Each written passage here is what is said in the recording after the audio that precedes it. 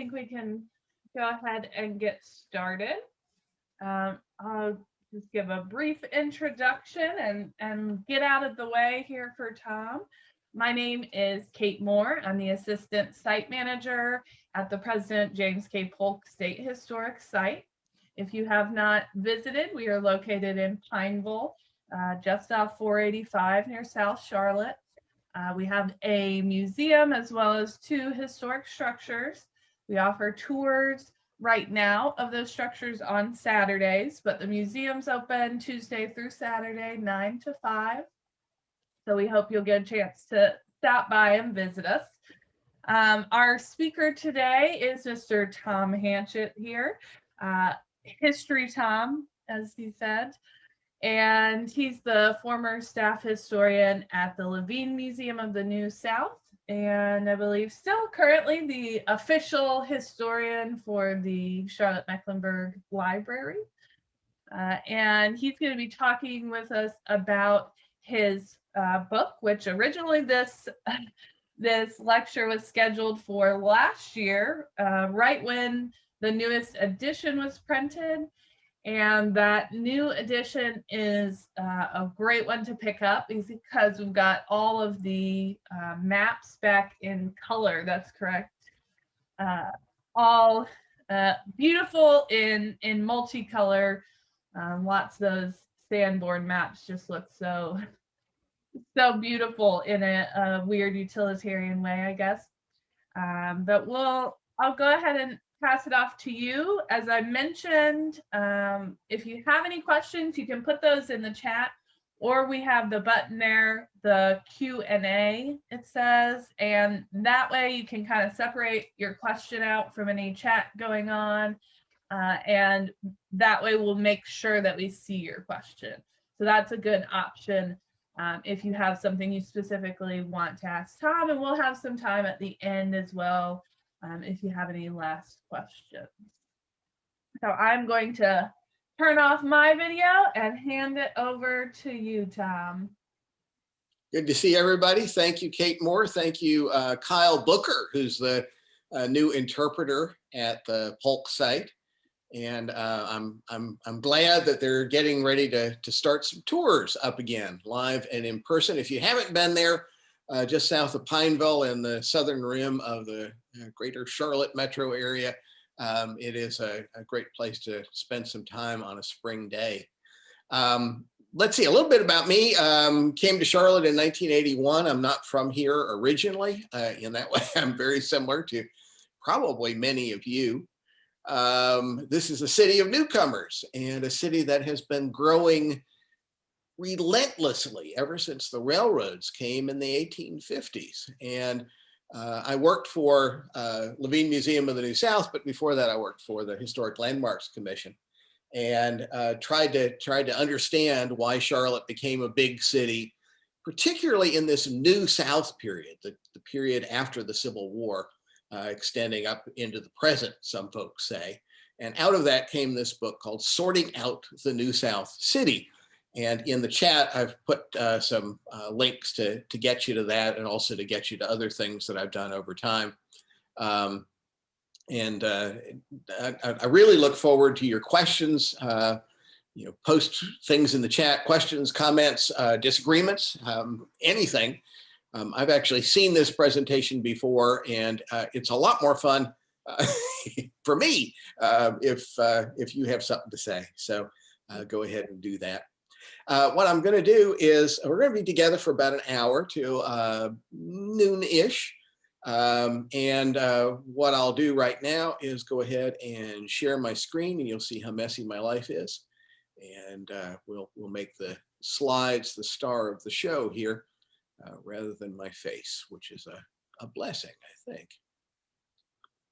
So you should see a title slide for Sorting Out Charlotte, which is kind of shorthand for the book title, Sorting Out the New South City.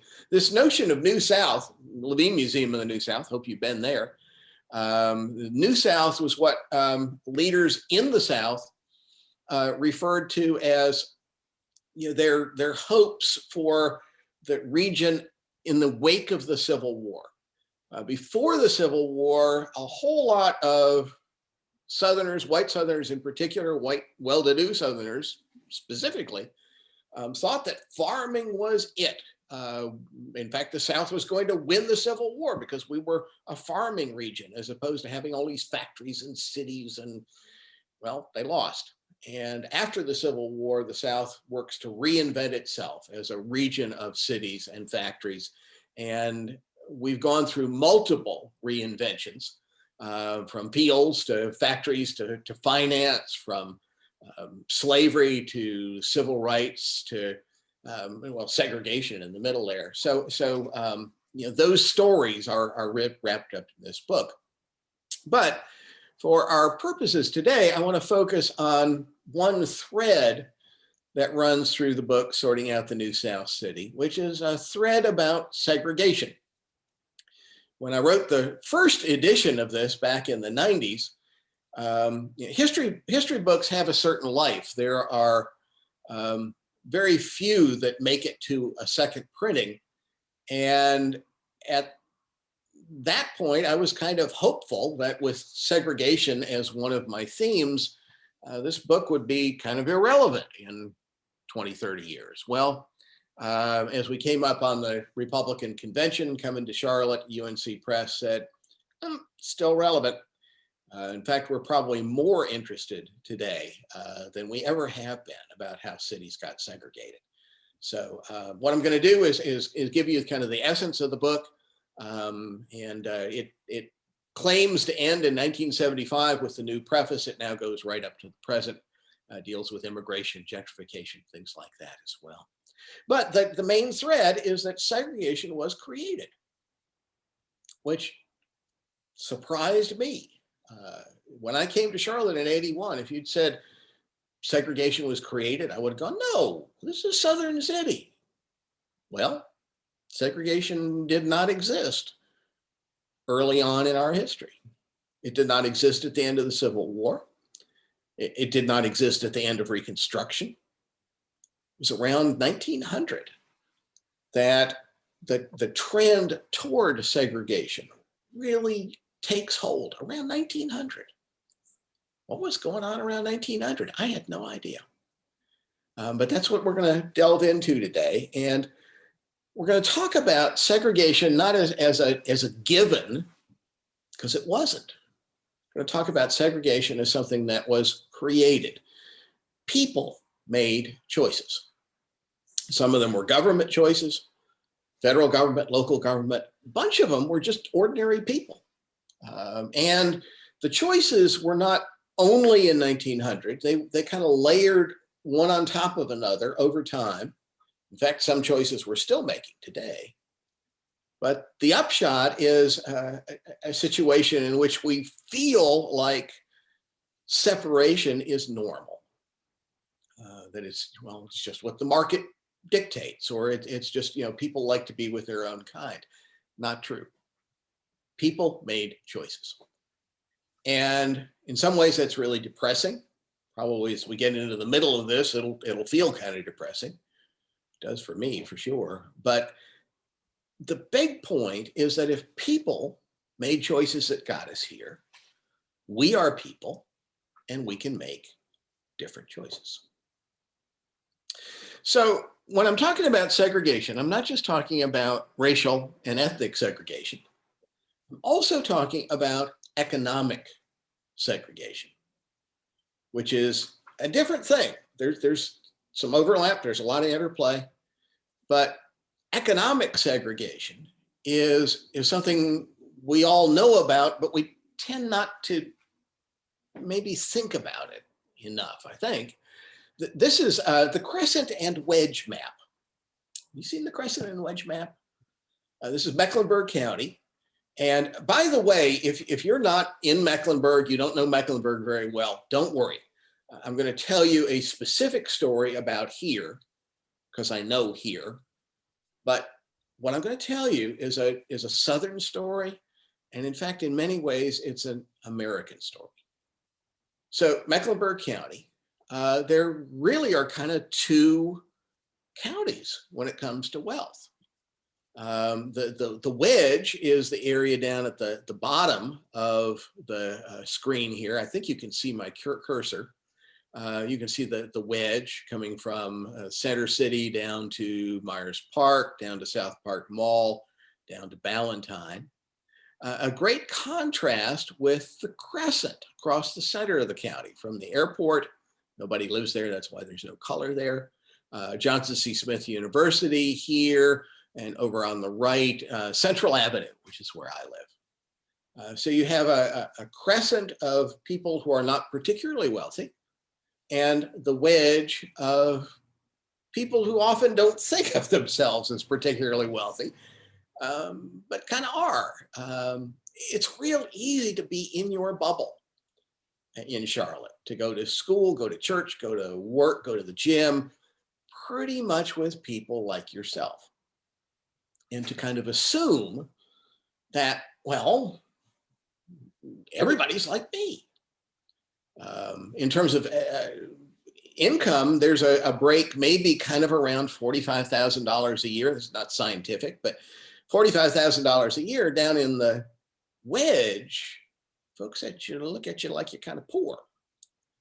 Whereas in the crescent, if you're making $45,000 a year, you are doing well. A lot of your neighbors will never make $45,000 a year. And that spills over into all sorts of policy debates that we have. One example, affordable housing. In some ways, this whole talk this morning is kind of a background to our current debates over affordable housing. But one particular debate that kind of got to me was down in Ballantyne about 10 years ago, attempt to make some affordable housing available in Ballantyne. Ballantyne, fairly new area. Nothing has ever been built for folks at median income in Ballantyne, much less below. But 10 years ago, somebody tried, and someone stood up in a meeting and went, "I don't want that crap next to me." Well, the housing was for people who were making about $45,000 a year. And I remember this because I was making about $45,000 a year. I'm a teacher. I get paid as a teacher. And as I've thought about it, I feel kind of sorry for the person that stood up in the meeting, because they don't want to live next to me. They don't want to live next to a teacher. They don't want to live next to a police recruit. They don't want to live next to a first responder. They don't want to live next to a nurse. Those are the folks who make that income. So, real easy to kind of be a prisoner of your zip code, to have this mental picture that does not jive with reality. So could you imagine a city with no economic segregation? Is that possible? Could that ever happen? What would it look like? Well, it might look like Charlotte in 1875. This is the first building by building map of the city. City had been growing ever since the Civil War, actually ever since the railroads came. It doubled in size. And they also published a city directory, a list of just about, not everybody, but pretty close to everybody, and where they lived and what they did for a living. Wow, cool stuff. So I put the two together, the city directory and the building map. This is First Ward. Charlotte at that point had 4 election districts, 4 wards. The whole city was within what's now the I-277 loop, which at that point was pretty big for a southern city. And the 4 election districts divided along Trade Street and Trine Street. So here at the bottom of this map, that's East Trade Street. Center City is at the lower left corner of the map. If you go up the left side of the map, you're on North Tryon Street. What I did is I mapped land use, and I put in red pins where there were businesses. Look, all the businesses down at Trade and Tryon Streets. Big surprise. Historians love predicting the past. Yep, got it right. But it set me up for two surprises. The first were the blue pins. The blue pins are white folks who owned their own business. And where did they live? Well, they lived kind of everywhere. There's no wedge. There's no exclusive neighborhood. Term I never thought of. Just means good neighborhood, right? Wow. Green pins are white folks who don't own their own business, but have kind of a white collar job, and they're everywhere. Brown pins, white folks who work with their hands, harness makers, carpenters, people like that. And they're everywhere. No economic segregation. White pins, people didn't list what they did for a living in the city directory. Yellow pins, my second surprise. Some of the names in the city directory had a little C next to them, which stood for colored. African Americans in First Ward. I'll bet you there was a black neighborhood. That's me. Because when you start asking questions, you base them on what you know personally. And I grew up in a South in which there were separate black and white neighborhoods. So that's what I expected. I used yellow pins because I knew that black neighborhood was going to pop out. And I started putting in, each of these is one household. And there's what, 5 or 6 folks up here on Myers Street, and then over here on Caldwell, maybe 4, and down on 5th or 6th Street, there's about 5 or 6.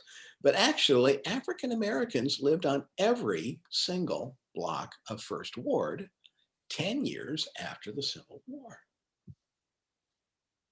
Wow. And it wasn't just First Ward. I did some testing down in Second Ward, which eventually became a black neighborhood known as Brooklyn. I went ahead in time up into the 1880s. I went to other cities.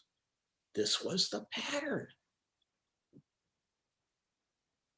And I could quit right there. Isn't that amazing?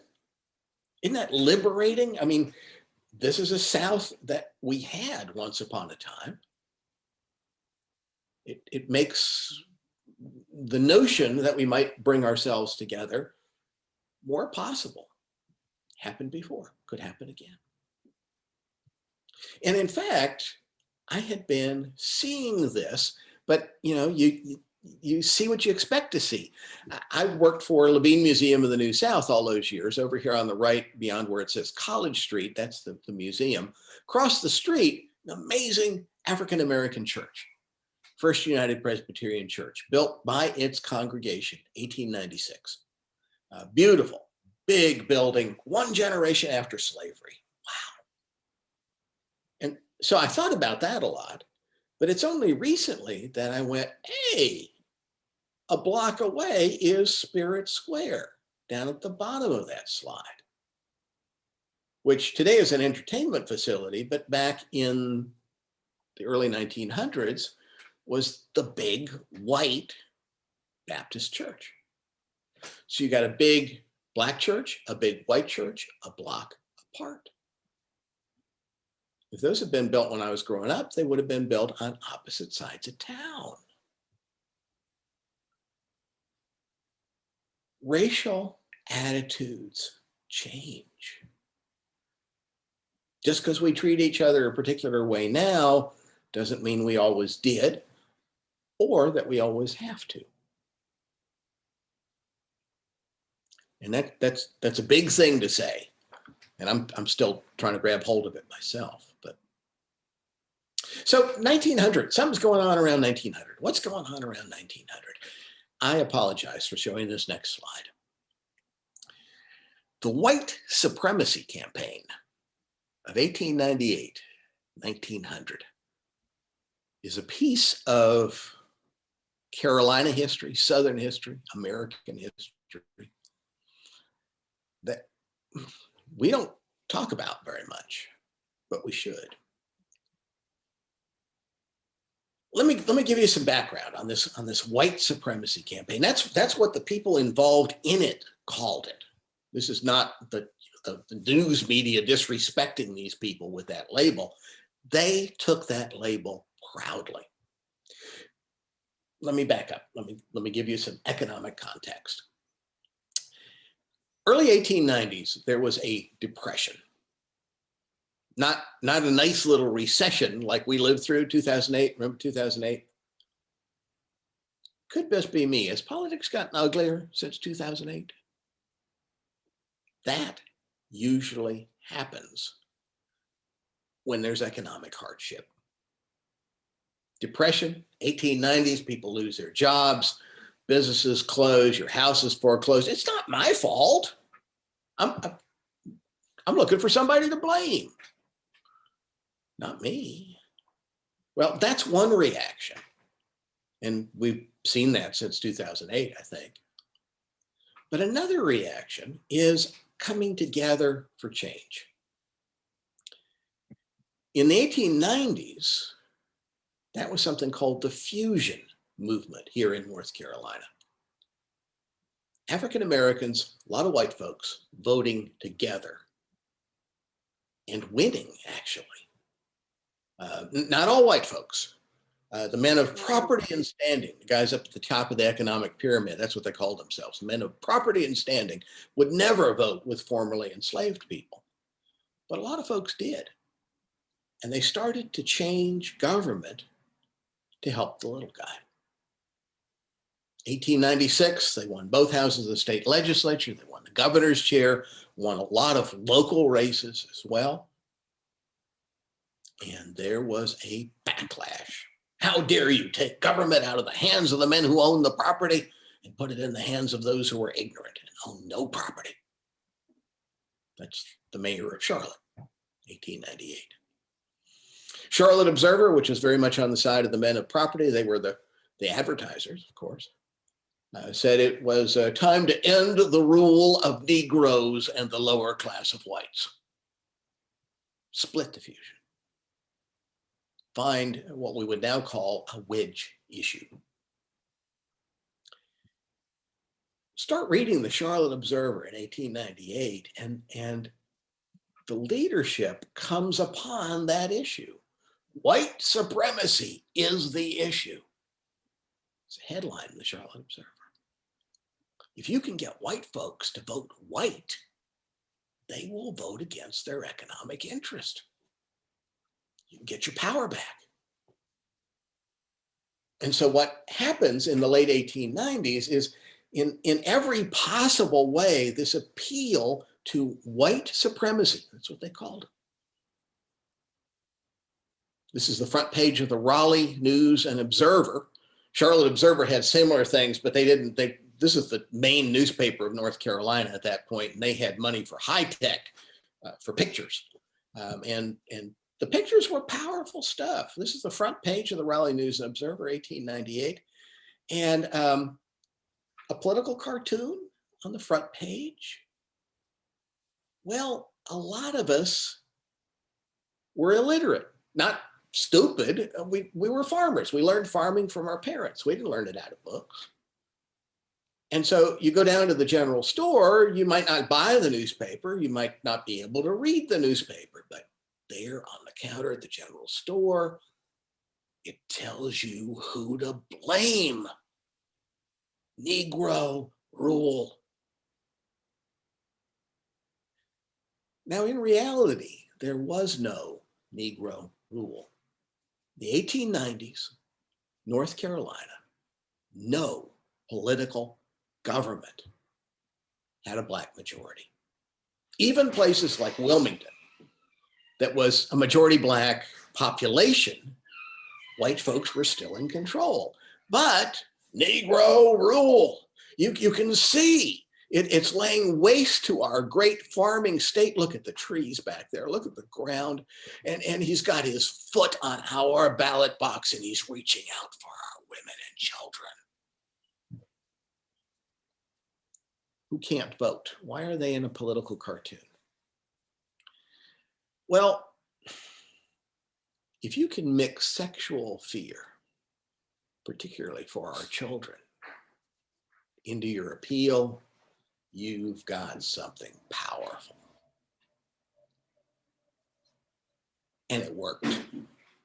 1900, North Carolina put in place a new constitution. Most southern states did the same thing a few years before, a few years after, right around 1900. Suddenly you had to pay to vote, which I knew about, but there was fancy words and they scrambled my brain. Poll tax, grandfather clause. I could tell you a lot about them because I'm a historian, but it's only recently that I got it, which was you had to pay to vote. Who's going to have an easy time paying to vote? Them guys. Who's going to have a hard time paying to vote? Whole lot of us. And if you could pay to vote, there was also something else, which I'd heard about, hadn't thought much about, something called a literacy test. I'm literate, wouldn't be any problem for me. Probably most of you are literate too. Like it was a simple test. You had to come down, probably had to take off a day work. You can do that, right? Come down to the courthouse and stand before the registrar, and they would just ask you a simple question. Show that you can read and interpret the Constitution. You can do that to the satisfaction of the registrar. I don't want you to vote. You ain't gonna vote. Literacy test stayed in effect in North Carolina, most southern states, until the 1965 Voting Rights Act. It wiped out the votes of a whole lot of Black Southerners and also a fair number of white Southerners who weren't going to take a day off to go down and answer foolish questions from the registrar. Till the 1965 Voting Rights Act. And if you think about it, all of the governmental decisions that were made in the South from about 1900 into the 60s were made without most of us at the table. That was one upshot of that. Well, I'm talking about politics. I'm supposed to talk about cities. So what happens in 1900 kicks up a lot of fear. And in that time of fear is when segregation dramatically increases. Separate waiting rooms in the train stations. I can remember that growing up, white, colored. New thing in Charlotte, first time in 1896. Not 1865, 1896.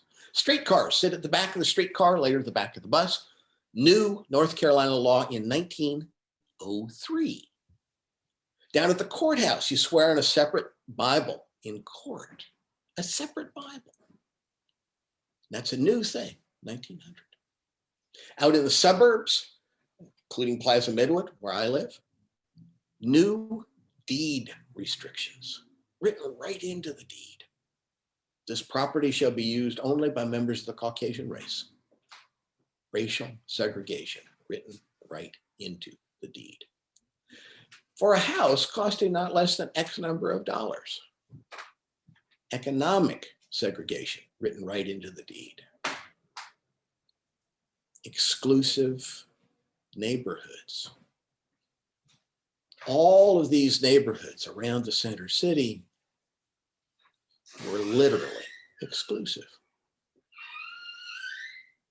And even in areas that were already built up. This is the same map I showed you before. Kate Moore was talking about the maps now being back in sorting out the new South City. There's also an online version at www.historysouth. But this is the same map I showed you before. Black, white together, 1875. I mapped the same area, 1910. So here's before the white supremacy campaign. Here's 10 years after. Wow.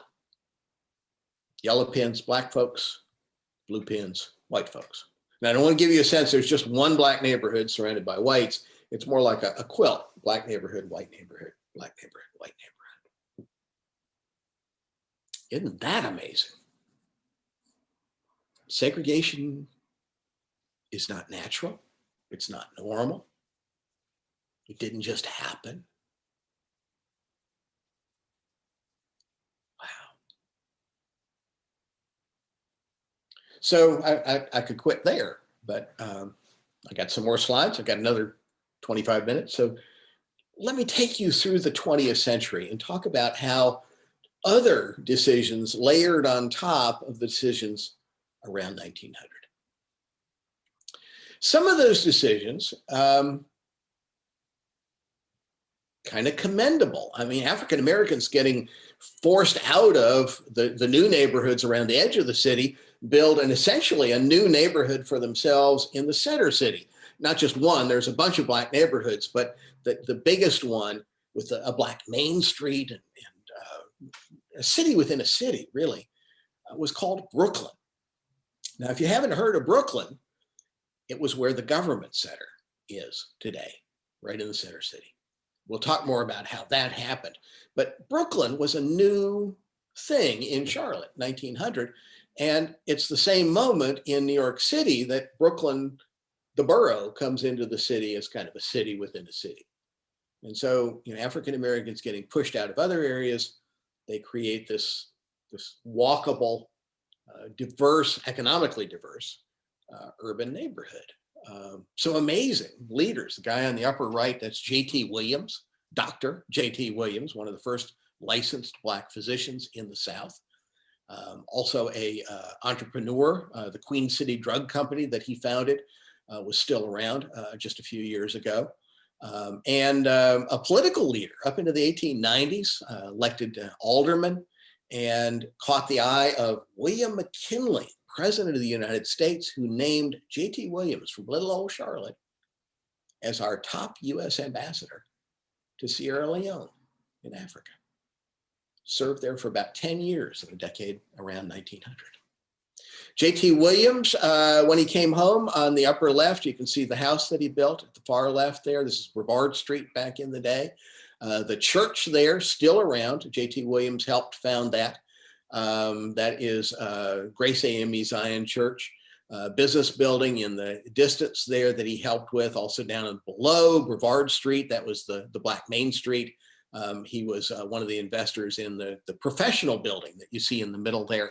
That's the main tenant was the Afro-American Mutual Insurance Company. Off in the distance under the tree, that was the little black building. It was the first African-American public library in North Carolina. A real reverence for learning in the Brooklyn neighborhood. Centerpiece of the neighborhood, an elementary school and a high school. This is Second Ward High School, which has been gone for over 50 years, but still has a national alumni association, Second Ward National Alumni Association. Now, most of the neighborhood was not businesses or homeowners. Most of the neighborhood was renters. Down at the lower left, you can see a picture of one of those kind of blue collar rental rows. Most of them owned by absentee landlords. Folks didn't live in the neighborhood. When I first started seeing these pictures, I'm going to tell a story on myself here. When I first started seeing pictures of what you see in the lower left there, I kind of looked down my nose at it. And thought, well, it's not a good neighborhood. Probably bad people live there. I'm embarrassed to say this. But the more I think about it, the more, the houses haven't been painted in a long time, but it's not the tenant's job to paint the house. And the houses are squashed right close together, but the tenants don't build the houses. And the kids are indeed playing in the dirt there because there's no sidewalks. Tenants don't build sidewalks. The more I think about this, I don't think that's a bad neighborhood or bad people. If there are bad people, I think it's the absentee landlords. And as I've talked to people whose relatives grew up in Brooklyn, they talk about how good a neighborhood was. Even with some poor housing, you had all this other stuff within walking distance. Jobs, schools, role models, the whole thing. It's made me really start to rethink urban neighborhoods that I see today. So Brooklyn, a city within a city, also, same thing happens to white working class folks. Remember the fusion? Black voters, white working class voters. Well, in this period after 1900, as the elite is getting kind of fearful of these folks, they also create mill neighborhoods. Textile companies pretty much hired only white working class folks, many of them who had just come in from the countryside. This is NODA, North Davidson Street today, but it used to be the Highland Park number 3 Mill Village. This big L-shaped building, that's where Heist Brewery is today. That was one of the biggest textile mills in North Carolina. And its own downtown. Wow, a separate city. Not politically separate, but socially separate. And that was intentional. I found a sermon by a downtown minister, one of the men of property and standing, 1903, same year that NODA has begun. He says, just at this point in the development of the mill people, these white working class folks who voted for the fusion, just at this point in the development of the mill people, perhaps it is better to let them form a class to themselves with their own churches, their own schools, rather than mix promiscuously with the better class. And at the same time, in Southeast Charlotte, you start to get the better class pulling apart into their own exclusive neighborhoods with deed restrictions, but also with a physical layout that on one hand is incredibly beautiful. I love Myers Park. Helped put Myers Park on the National Register of Historic Places. Love the greenways, love the trees, the curving streets, the little cute little gates at the front. Gates. It's a gated neighborhood. And those curving streets, y'all been to Myers Park? You ever been lost in Myers Park? I can't prove it. But I think it's intentional. It's a way of excluding. It's a way of creating a situation in which this is for us and not for them. And it gets worse. In the 1930s, there is an honest to gosh depression, not a recession, the Great Depression. Banks get really antsy about lending. You might remember that from 2008. Federal government reaches out to help the banks. These are two separate things, both federal efforts not to be ugly, just to help banks, but because of who was at the table and what the mindset was, turned out to be quite harmful. Put it another way, quite helpful to some people, not all helpful, not at all helpful to other people. On the left is something now called redlining, which not what it was called originally. Redlining is illegal now. But when it was done initially, it was credit mapping, which kind of made sense. You got banks who are scared of lending. You know, bank in Boston, how do they know how to make a good loan in Charlotte or Greensboro or wherever? And so the feds sent around people to talk to the real estate leaders, to the men of property and standing, and say, where are the good credit risk neighborhoods? We'll map them out in green and blue. See the curve there? That's Queens Road West. That's Myers Park. Green. Eastover, green. Dilworth, green and blue. Elizabeth, blue. Plaza Midwood, blue, and there's the Country Club, green. Yellow and red, areas that are not so good. Brooklyn, area around Johnson C. Smith University, main Black university in town. The NODA area. On the right, the Federal Housing Administration, FHA, new thing helps banks make affordable loans, long-term loans. That was a new idea.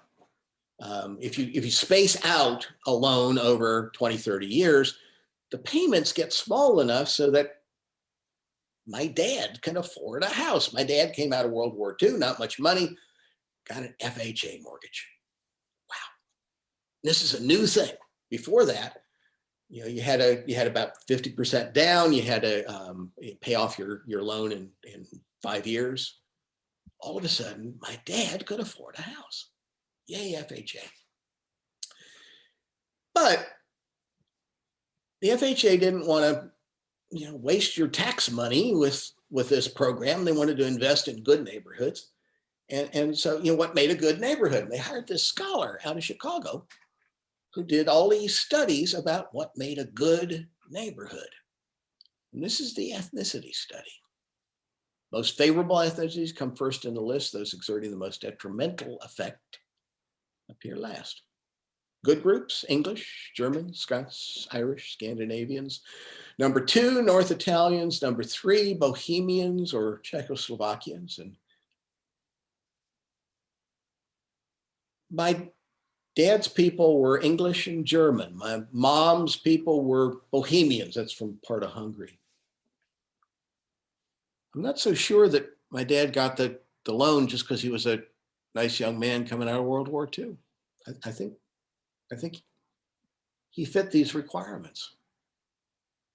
Number 4, Poles. Number 5, Lithuanians, Greeks, Russian Jews, the lower class, South Italians, Negroes, and Mexicans. Some people benefit, some people don't. And the federal government is throwing its weight behind this. Wow. And lest you think that this is only history, which I thought for a long time, recently my wife and I paid off our house.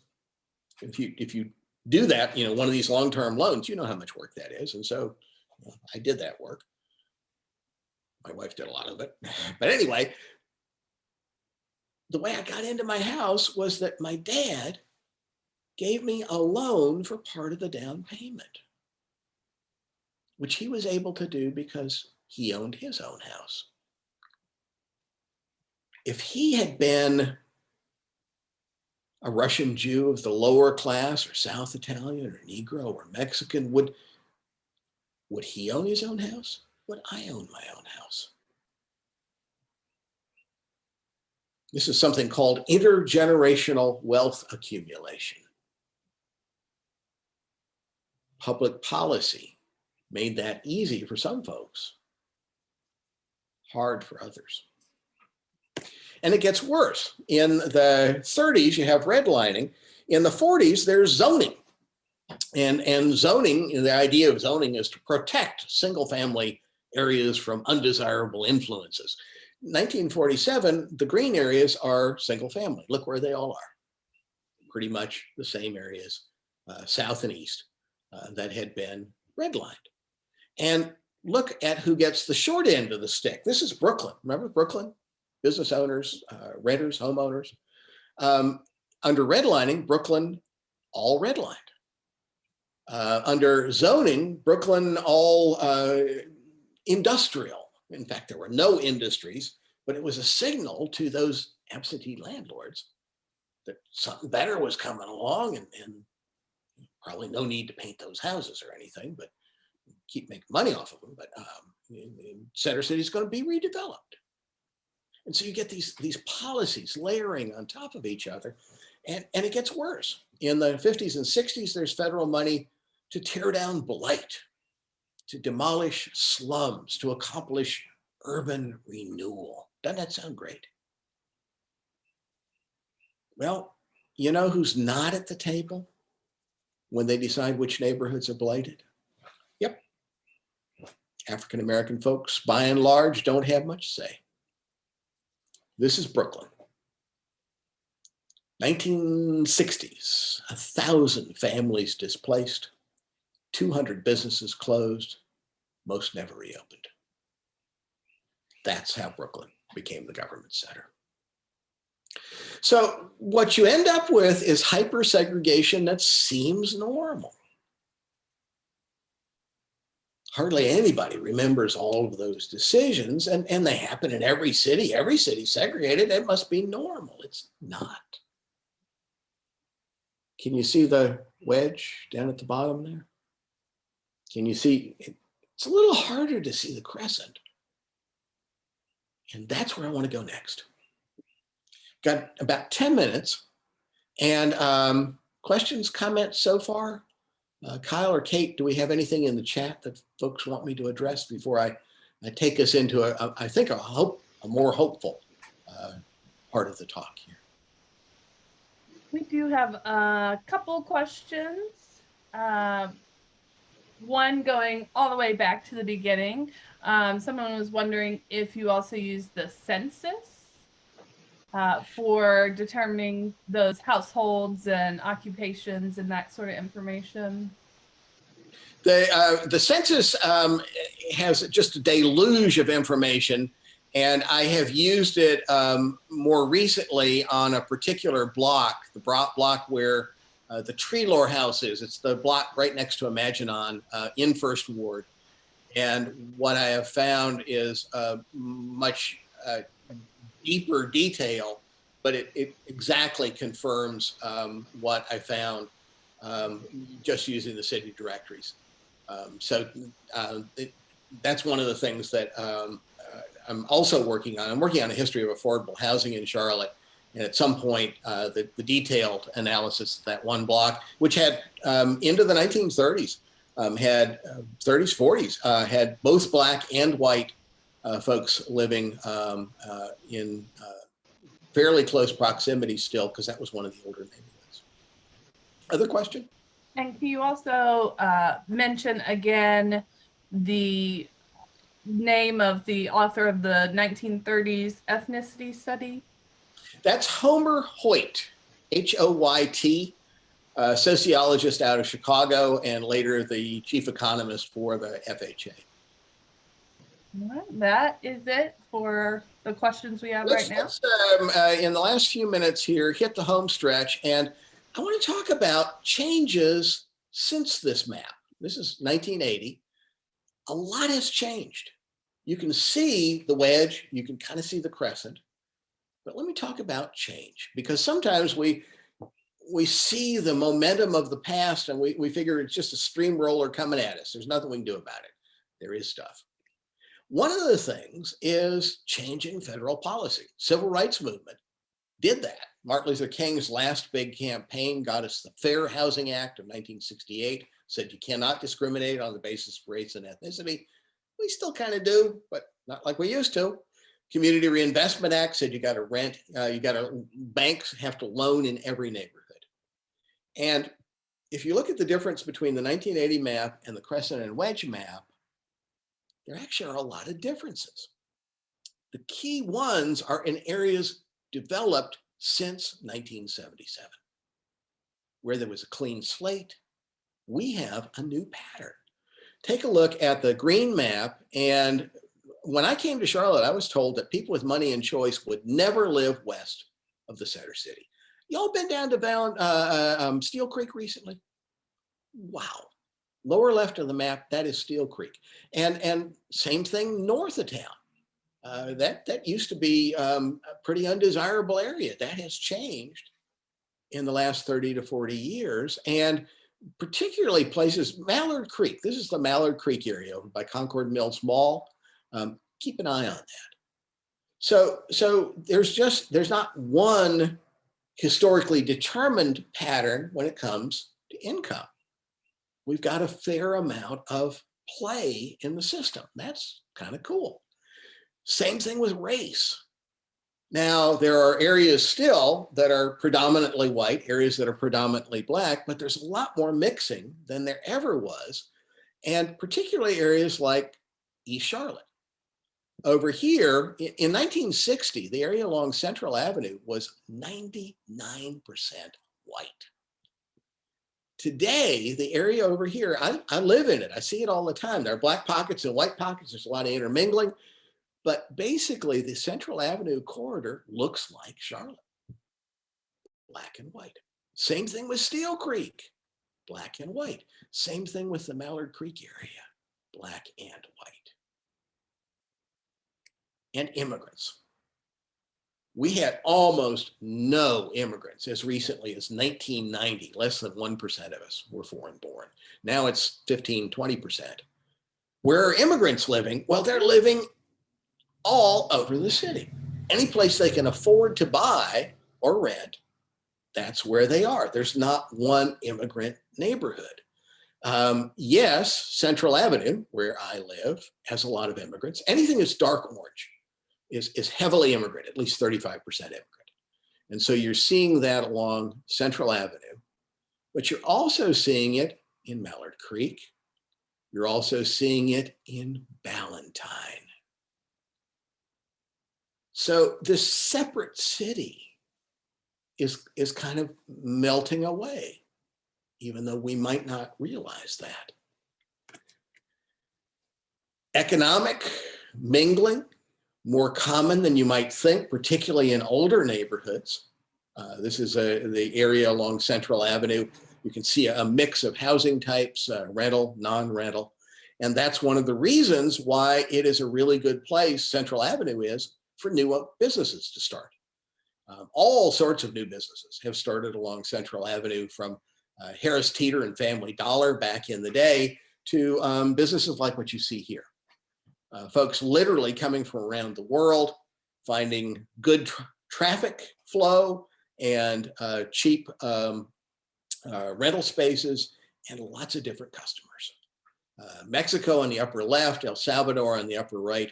Down here, Cedars is Syrian, Lebanese, Vietnamese, Somali, folks from Africa, all in one shopping center.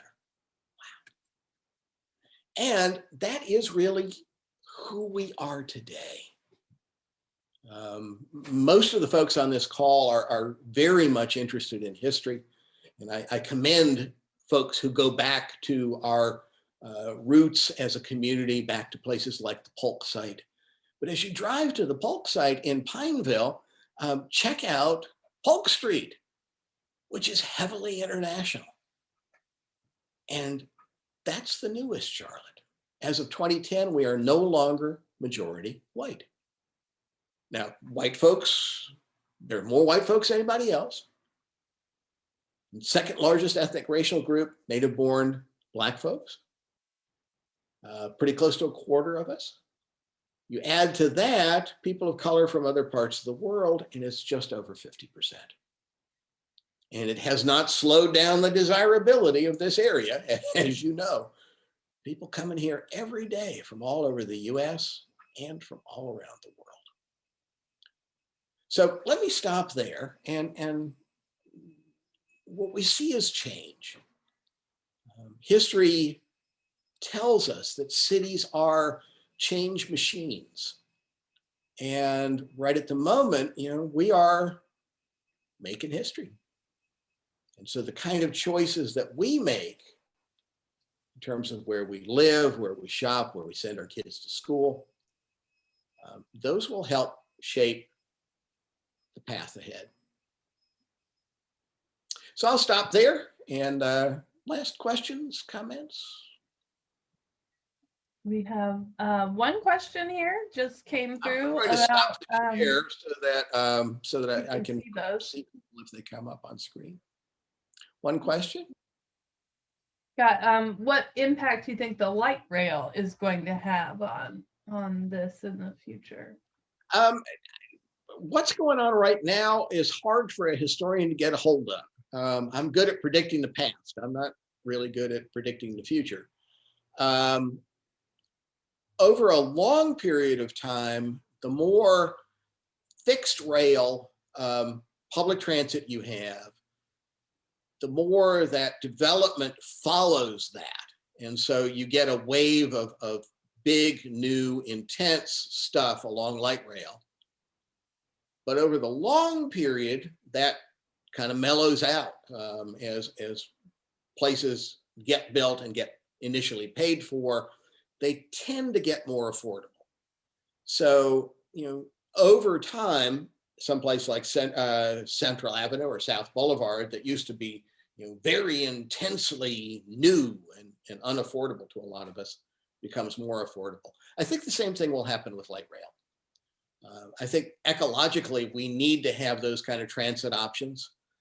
I think it allows people, you can see some people beginning in Charlotte to live without a car, which I can tell you as a person who came here without a car for the first year was darn near impossible when I was in my 20s. So the light rail is going to affect patterns. It's going to make some areas more desirable. The South End area is a great example of that. And over the long term, asking that question makes me want to commend you, even though I can't answer it very well. And I think I live over on the west side, and they're finishing up the new extension of the trolley down here, and we're already seeing some new businesses and everything popping up along that. And I think if that is a particular area of interest, definitely check out Tom's book to see what an impact the streetcar had on a lot of this development that you're talking about. So any other last questions?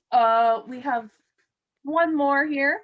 Let's see. Having read some of Thomas Segregation's work, not sure if you're familiar, if I'm saying that correctly, a new NYU historian on urban crisis and development.